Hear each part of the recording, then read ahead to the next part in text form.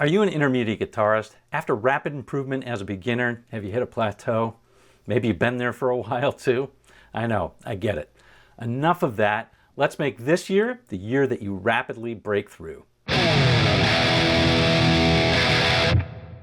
Believe me, I know, it's frustrating. I've been playing over 45 years and sometimes it seems like over 30 of them I've been in a stall. But I've been able to get my improvement mojo back, and I've helped a fair number of my own students do that as well. And I want to share 5 ideas that you can use this year to bust out of that rut. And a special 6th one that I'm going to try this year myself. But make sure you pick one that works for you. Don't pick them all. You need focus for this to work. So make sure you check them all out and pick the one that works for you. Oh, and there's just one more thing. The key to this is to try something different. Too many people just do more of the same old that they've been doing and they already know.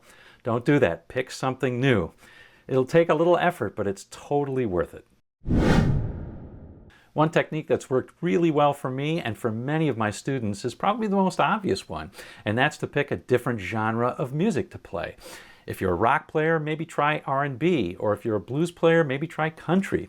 Heck, you can even move from one area of rock, say blues rock, to a different rock era like Chuck Berry or Mark Knopfler or, gasp, John Mayer.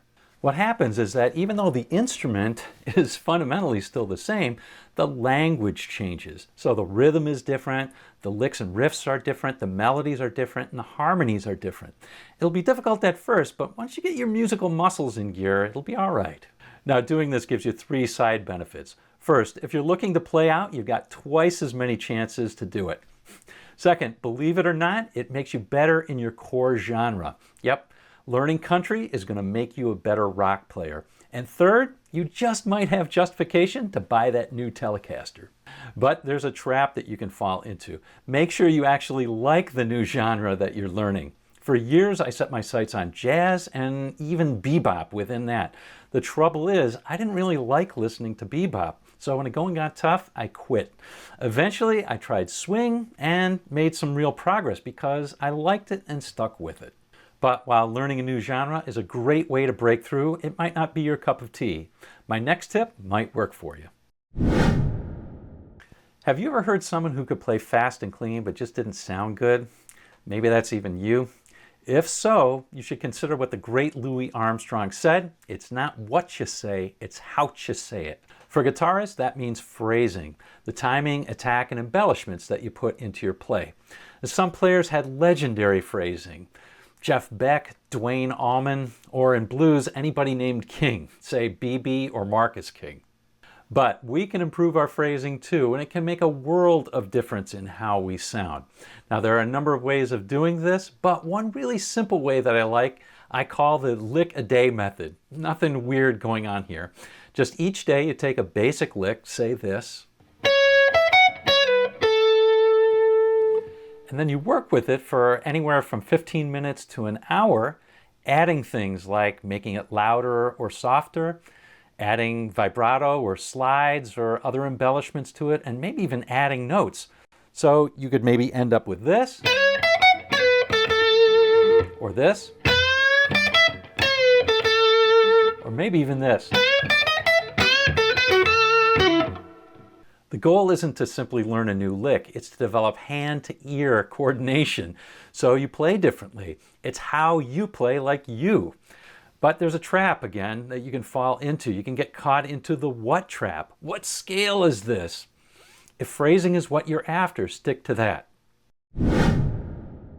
But what if the what really is the issue for you? Then learning a little bit of theory might be the way to go.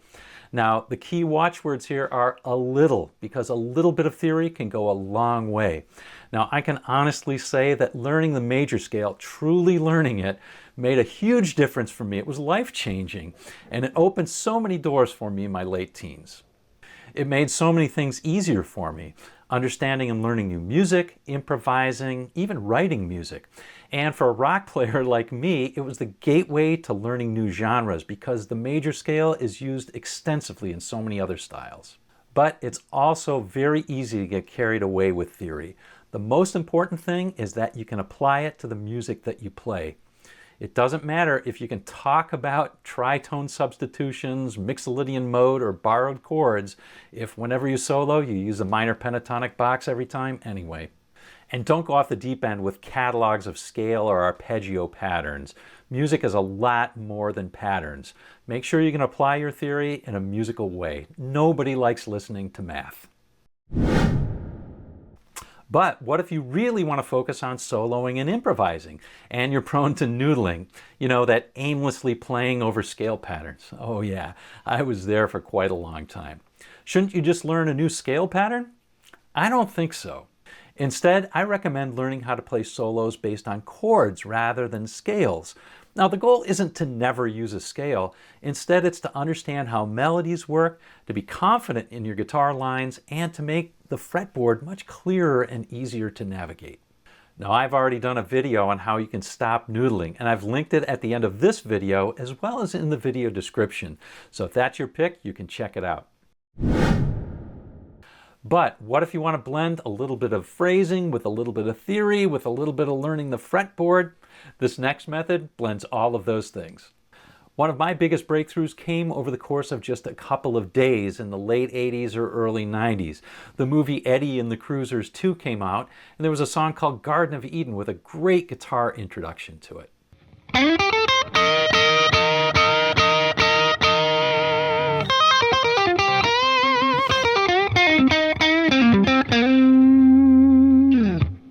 There were no tabs that I knew of back then, so I had to learn it by ear, just rewinding and playing back the tape over and over and over until I got it. And eventually I learned not only the solo, but also the little bits of phrasing that Gary Gramellini, the guitarist, put into it. Little bits like this.